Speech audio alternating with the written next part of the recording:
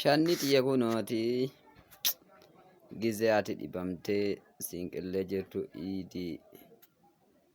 gaafa iidii kaqarratsee kunooti mana akkatti afee ilaal bareechise ilaal shanni maal godharee na jibbisiisee kunu ilaal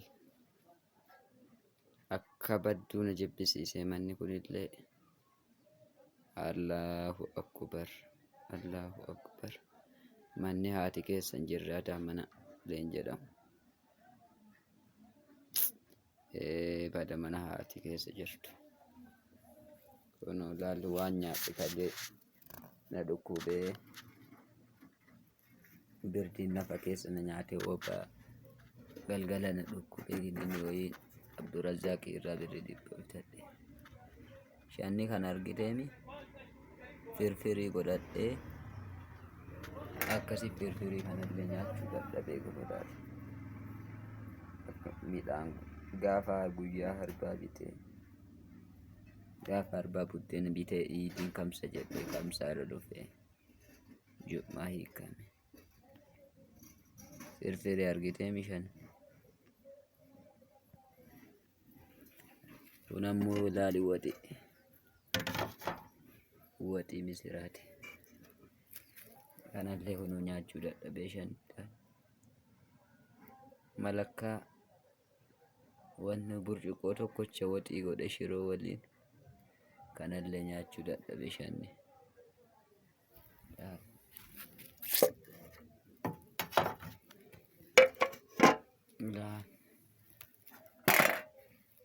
kanallee kunuu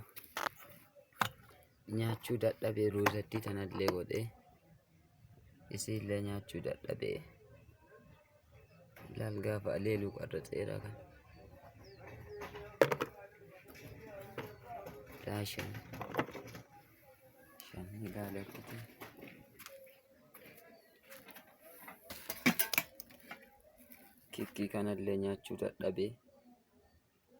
kikkii kanallee nyaachuu dadhabee ilaal akkana hafuura dhayyaa jaara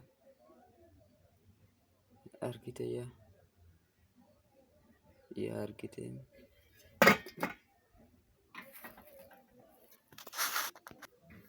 Abdurazaaqi irraa birrii 100 fudhadhee amoksiniilii kanallee bitadhee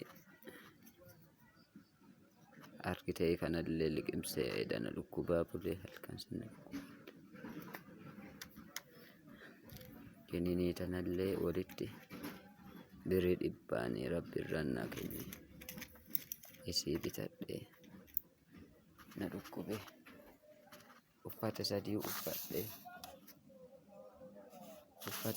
uffadhee na dhukkubee ilaal kootii kanallee ilaal kun ajjalaa illee ka jiru argitee shaa kanallee ilaal argiteen uffata sadii uffadhee rabbii kiyya hojiillee hin qabu silgattii sanallee bitadhee waan ayyaanallee godhadhee birrii shilingii takkattii dhabee rabbi kanat beeku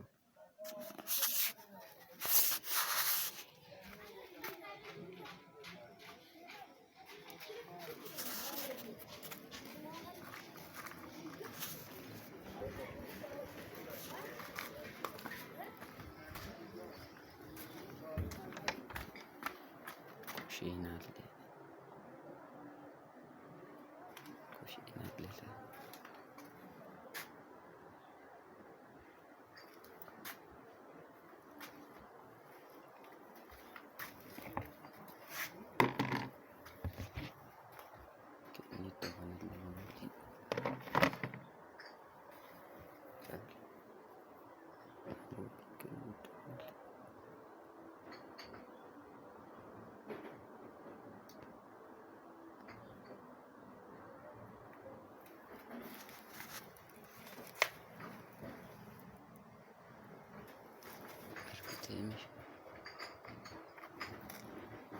kinni iddoo kanallee nama waliin dhuguu dhabe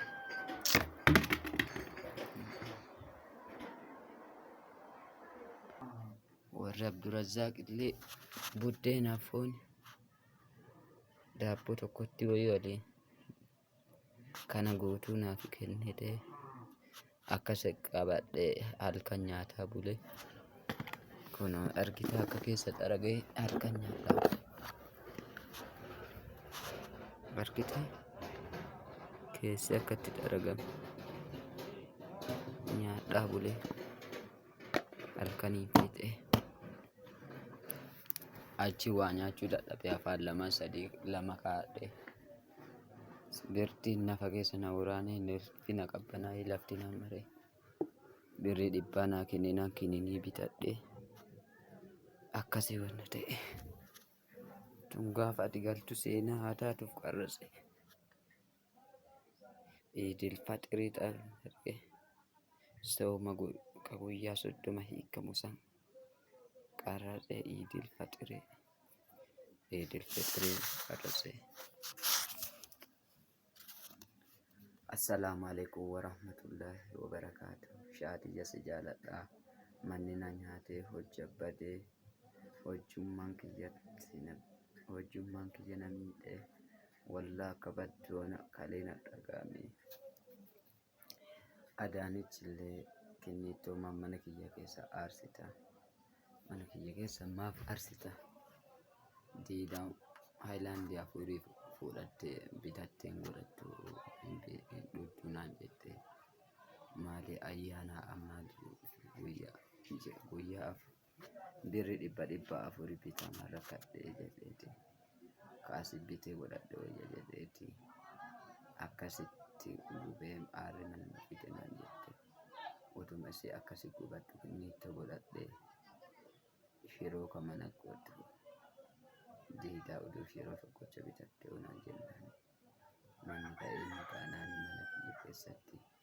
shiroo bitatu dadhabe jedhe mana kiyya keessa shiroo godhatu dhiisa jedhe akkasan jiqichiqee akkana keessa jirra. Kanaaf rabbis nagaan na galchuu. Assalaamu alaikum warahmatullahi wabarakatuh. Shaniti nagaatti.